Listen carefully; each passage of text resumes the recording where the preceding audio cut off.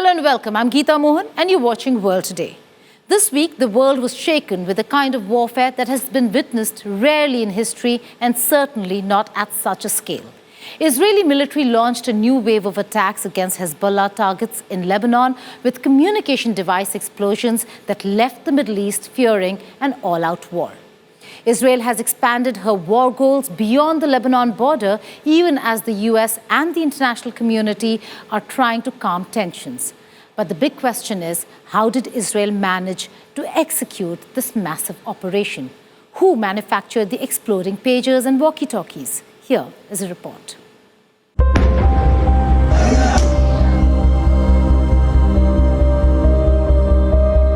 First pagers and then walkie-talkies. Lebanon has been hit by a series of explosions in the past couple of days.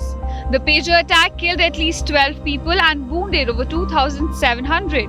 It was followed by another attack involving walkie-talkies and handheld radios. This killed about 20 while wounding over 400. The Iranian-backed militant group Hezbollah has confirmed that explosions did hit their members and now has vowed a harsh response, blaming Israel for the attack. It remains unclear how many pagers exploded, but reports indicate that Israel's Mossad planted explosives in about 5,000 devices, and these devices were reportedly ordered by Hezbollah months before the explosions happened.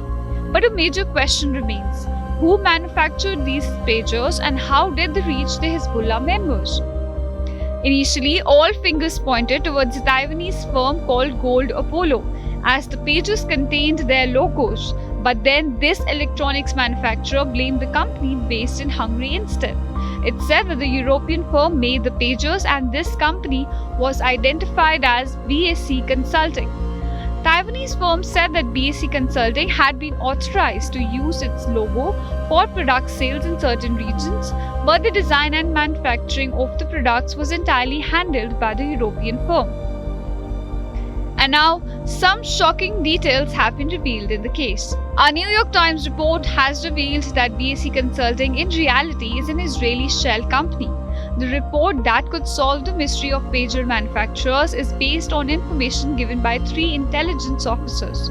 They have further revealed that 2 shell companies were also created that helped in hiding the identities of those involved in the manufacturing.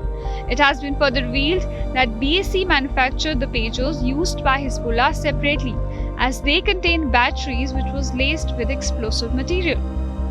If we try to understand the route these pagers were sent to Lebanon earlier this year. This came after Hezbollah chief Hassan Nasrallah urged the members of the group to use pagers, denouncing the cell phones as Israel's agent. And soon, more orders were placed for the members of the Lebanese militant group. So what Hezbollah viewed as a defensive tool, Israel considered a covert weapon. They characterized them as buttons that could be activated at strategic moments, like the one that was witnessed in Lebanon recently. So what Israel did was that it planted explosives in around 5,000 pagers that Hezbollah had ordered and then waited. And suddenly on Tuesday, a code was simultaneously sent to 3,000 of the pagers, which triggered the explosions across Lebanon. So reports say that because of multiple sanctions on Lebanon, the pagers ordered by Hezbollah sat for about 3 months awaiting clearances at the ports. And it was during this time that the militant group suspects that Israeli planted the explosive material within these devices. Now coming to walkie-talkie attack, they have been traced to a Japanese radio equipment maker, ICOM Inc. The company says it is investigating the facts regarding news reports that 2-way radio devices bearing its logo were exploded in Lebanon. The company has revealed that production on the model stopped 10 years ago and even the manufacturing of the batteries had also stopped. Now Hezbollah has vowed retaliation, and sooner or later an attack is expected. And all eyes are now on how will the militant group respond. And of course, will this major attack trigger a new phase of warfare in this digital age? Bureau Report, India Today Global. I bring you this exclusive report with a conversation that I had with Tony Logren, who is the founder of Zero Risk, and he explains how the walkie-talkies were turned into explosive devices. If you want the detailed interview and the details of what has been done and what could this really mean for a larger war, please watch India Today Global. How did Israel manage to do it in such a large scale? And how would you really define this? A new phase in the war, or this is the new age of security risks, threats that all of you who work in this sector really will have to look at? Thank you. I think at the end of the day, this particular phase is an interesting one. I don't think it's a new phase. I think that Israel in particular has been doing these particular acts for so many years. I look back at 1982, the Shatila massacre, different other things that went on, and the retribution against the people that were involved in that was colossal. And you ended up with even Mossad planting explosive devices in diving cylinders for individuals who are going on leisure trips to actually detonate. Okay, so anywhere they can see a chance, anywhere they can get rid of the enemy, they will actually go in there quite hard. And what it is with Mossad in particular and Israel is the surveillance is incredible. They will do something for many years to actually kind of figure out just exactly where there's a fault or a flaw in that particular pattern, whether it's a human fault, whether it's a process fault, whether it's a transport fault, and they will exploit that to the hilt. Not the first time, but certainly the scale has been unimaginable. So just tell us exactly, from security perspective, from intelligence perspective, and operational perspective, how did Israel really do? The Israelis themselves obviously have been looking for quite a long time. They've been waiting to time this so they could actually kind of move in towards northern Lebanon as well, to start bringing back some of the actual population that were left behind there on the border. It's a diversionary tactic, okay? But it's also a very clever one. Because at the end of the day, if you can take out the command and control of Hezbollah or of some of the actual organizations like this, it means at the end of the day that you can nullify exactly what's going to happen from a defense point of view when you start to strategically move your people into position. So that's exactly what they've done. And it's quite an incredible thing, actually, because what's happened is it's scared so many people now, because at the end of the day, everybody uses electronics, and it doesn't matter what it is, whether it's an iPad, an iPhone, a pager, even, which I might have to say, which I think is possibly going to go to the next phase, is a restaurant buzzer. So the vibrating buzzer that you've actually got in a restaurant. And that's where what happened was the technology from beepers, or pagers as we call it anyway, disappeared into that particular scene, because it was quite easy then for waitress staff and whatever you to have that buzzer rather than run around. And if you think about a table full of dignitaries that basically Israelis or anyone else for that matter want to get rid of, that's the way. That's the modus operandi, for instance. Is this a massive intelligence failure, not just absolute humiliation for Lebanon, as it was for Iran when Ismail Haniyeh was assassinated on Iranian soil? I think it is. I think that it started with the assassination of Fawad Shakir. Yeah. And what happened was the actual communications themselves had been kind of intercepted. And what happened was Fawad was told to go to the 7th floor of that particular building where he was assassinated by the Israelis. If you've got an ultimate kind of organization like Hezbollah, Hamas, Fatah, anyone else that really wants to lock down their security, after that assassination of one of their own members, why they didn't actually start looking extensively on the electronic kind of counter surveillance and countermeasures as well, I am absolutely flabbergasted on, because no one's brought this point up yet. At the end of the day, thousands of devices are being sifted into the secure bubble that was Hezbollah. Explain to us, demonstrate exactly what you just said on how they do it. So I think what happened was when Golden Pager in Taiwan decided that it wasn't them, okay, that they were the actual kind of the main company, that the holding company, I should say, that offers up franchises to the actual Budapest company, who people can't get hold of right now. That Budapest company would have been in existence for quite a few years. And what they would have done is they would have continued to trade on selling pages to restaurants, to hospitals, because they're very popular hospitals. And that was the cover story. So what happened was then Mossad or military intelligence would have hijacked that package, knowing full well that no one's going to turn a blind eye to this export trade going out. And they would have then had their own devices built on the models that are actually produced on a regular basis and simply transferred over the actual supply chain, interfered with the supply chain and put their own stuff in there, which had something like 3 grams to 6 grams of high military explosives. So what happens is, Geeta, is this device here is filled with this inside.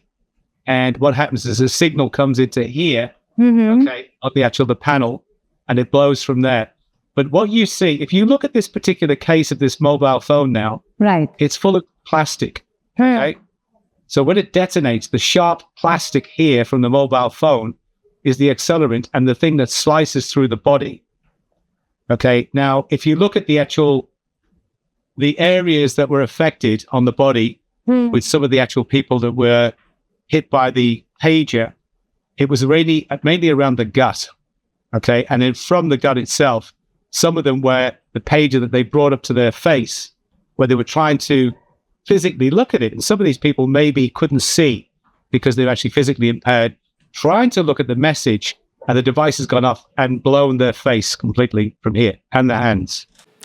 In U.S. elections, Democratic presidential nominee Kamala Harris called for action to stop gun violence at schools during a campaign event with TV host Oprah Winfrey in Farmington Hills in Michigan. 15-year-old Natalie Griffith, who was shot in her shoulder and wrist during the deadly Georgia school shooting, attended the event with her parents. And you were shot twice by a 14-year-old. Because it was a terrible thing, and it should not have. What's it called? Where were you shot? Where were you I was physically shot? Right here on my shoulder, and then around here, right wrist. Harris said she was in favor of the Second Amendment, assault weapons bans, universal background checks, and red flag laws. I think for far too long on the issue of gun violence, some people have been pushing a really false choice to suggest you're either in favor of the Second Amendment or you want to take everyone's guns away. I'm in favor of the Second Amendment, and I'm in favor of assault weapons bans, universal background checks, red flag laws. And these are just common sense. I'm a gun owner. Tim Walz is a gun. I did not know that. If somebody breaks in my house, they're getting shot. Yes, I hear that. I hear that. Probably should not have said that. But my staff will deal with that later. Colt Gray has been charged as an adult with 4 counts of murder. Prosecutors have also charged the father, who faces up to 180 years in prison if convicted of involuntary manslaughter, 2 counts of second-degree murder, and 8 counts of cruelty to children. The allegations are that he provided the weapon to his son. It's all about polls and numbers when it comes to U.S. elections. There's this exclusive conversation I had with Clifford Young, who is the president of Ipsos, one of the main polling agencies when it comes to crunching numbers this election. And he said it's a neck-to-neck fight between Kamala Harris and Donald Trump. For the full interview, log on to India Today Global. It's a YouTube channel where you can get all the details on U.S. elections. But here is the interview. Let's just begin with the most important aspect of polling. When you're looking at poll numbers, what is the criteria?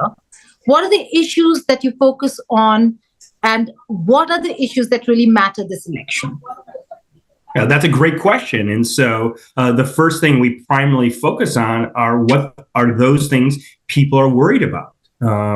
Because the number one issue is typically what defines the election. So the huge question is, what is the number one issue for Americans?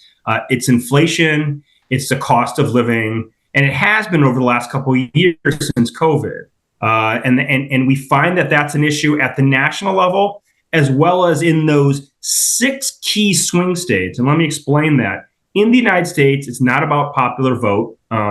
It's about 50 separate state elections. And there's really only 6 states that are competitive. And we're focused on those 6. And the key issue there is inflation. this presidential election is not a walkover anymore, as it seemed to be just before Kamala Harris was nominated. Having said that, did the presidential debate make any difference to where the polls are, where the numbers are? Yeah, that's a great question. So without a doubt, Biden stepping out and Harris stepping in energized the Democratic base. She's doing better than Biden was doing relative to Trump. That's undeniable. That goes without saying. Yeah, exactly. It's a different race, by the way. It's everyone's pause in the United States. Americans are reflecting once again, and the debate is a great metaphor, I would say, for the campaign itself.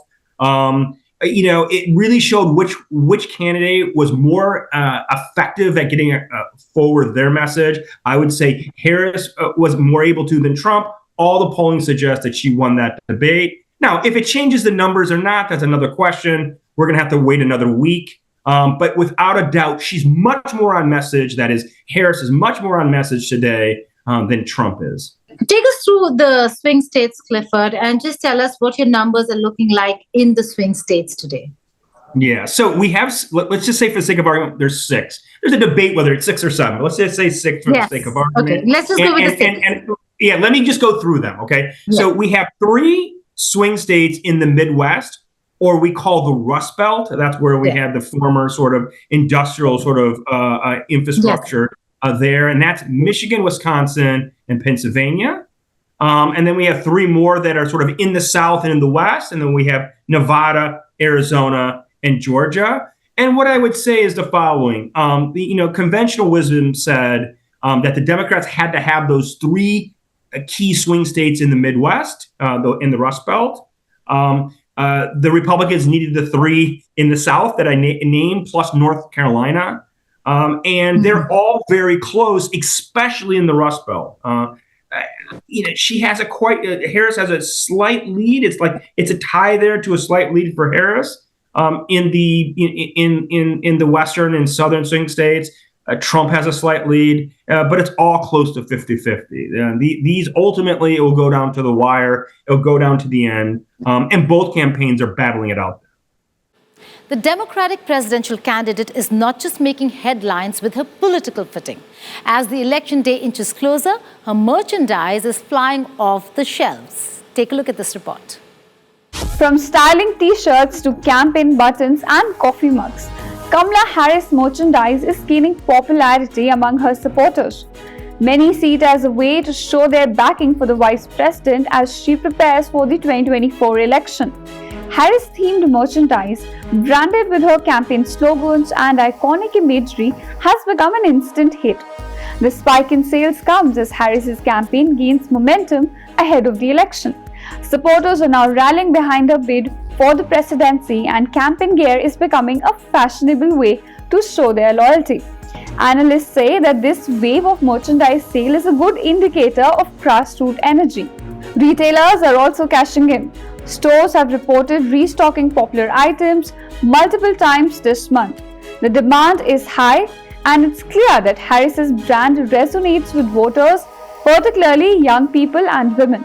A South Asian community has even opened a website exclusively selling Kamala Harris merchandise with an Indian touch.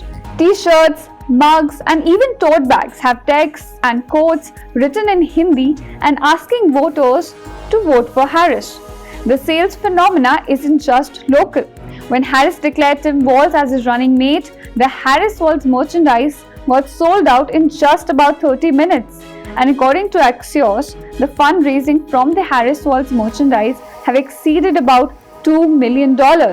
So with merchandise flying off the shelves, Kamala Harris's supporters are not just showing up to events, they're wearing their enthusiasm proudly. And with the 2024 election just around the corner, it's clear that Vice President's campaign is capturing hearts, minds, and wardrobes. And it's time for Face Off again. We are again bringing you the war of words between Donald Trump and Kamala Harris that took place this week.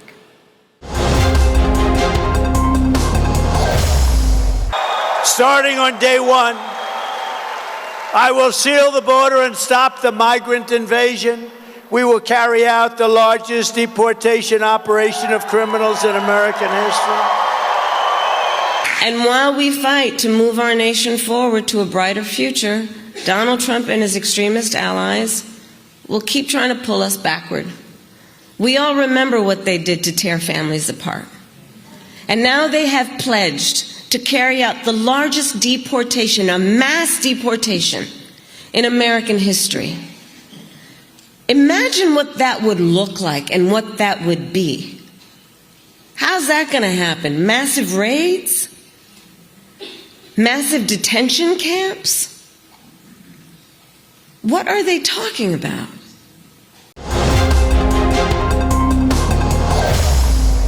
Is the price of groceries still too high? Yes. Do we have more work to do? Yes. And I will tell you, I do believe that I offer a new generation of leadership for our country that is about, in particular, turning the page on an era that sadly has shown us attempts by some to incite fear, to create division in our country, and to do the work that is about bringing some level of optimism and, dare I say, ambition about what I know is possible in our country. Sir, what's your reaction to the Fed cutting interest rates today? I guess it shows the economy is very bad to cut it by that much.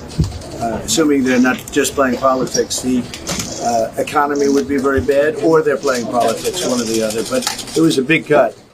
Welcome back to World Today. Now, Zimbabwe plans to cull 200 elephants from across the country. The decision, first time since 1987, has been taken to feed communities in areas affected by the El Nino-induced drought.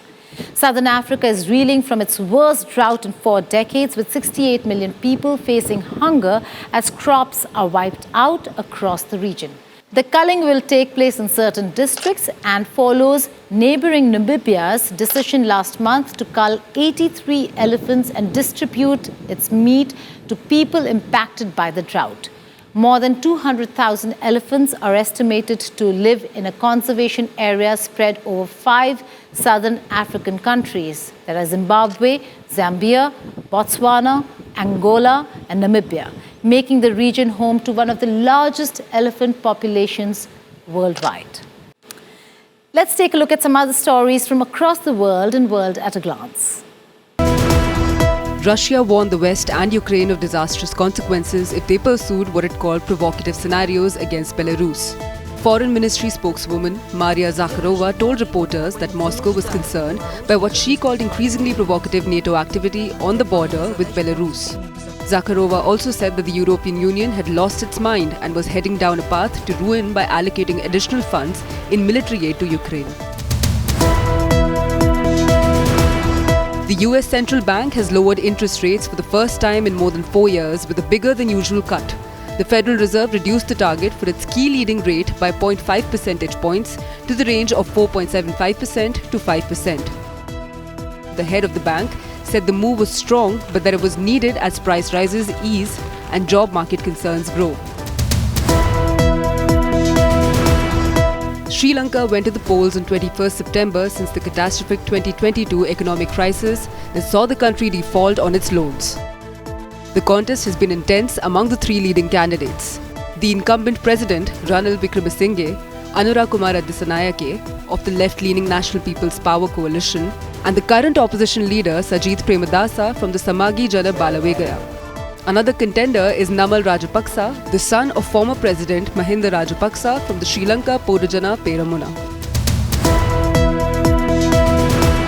A child enrolled in a Japanese school in the Chinese city of Shenzhen died after being stabbed. This is the second such attack near Japanese educational centers in China in recent months. Meanwhile, Japan asked China to provide a detailed explanation and to take strong safety measures following the attack. At least 274 inmates escaped from prison in Nigeria's Borno state following heavy flooding. Initially, 281 inmates escaped while they were being transferred to a safe and secure facility, but 7 were recaptured later. The European Union pledged to give billions of euros to help Central Europe recover from severe floods. The worst floods to hit Central Europe, several countries, including Romania and Poland, in at least 2 decades have caused widespread damage, destroying bridges, submerging cars and leaving towns covered in mud and debris. On the other hand, a series of deadly wildfires in Portugal has overwhelmed emergency services. That's all in this edition of World Today, but before I go, here is a video that's going viral. A 2-month-old female pygmy hippopotamus named Mu Deng has become an internet sensation after videos of her interactions with her keeper melted hearts around the world, drawing large crowds to the Khao Kyo Open Zoo in Thailand's eastern Chonburi province. Many of the videos were filmed by her keeper. TikTok account now has 2.6 million followers, and her fame has grown way beyond the walls of her enclosure. Goodbye and take care.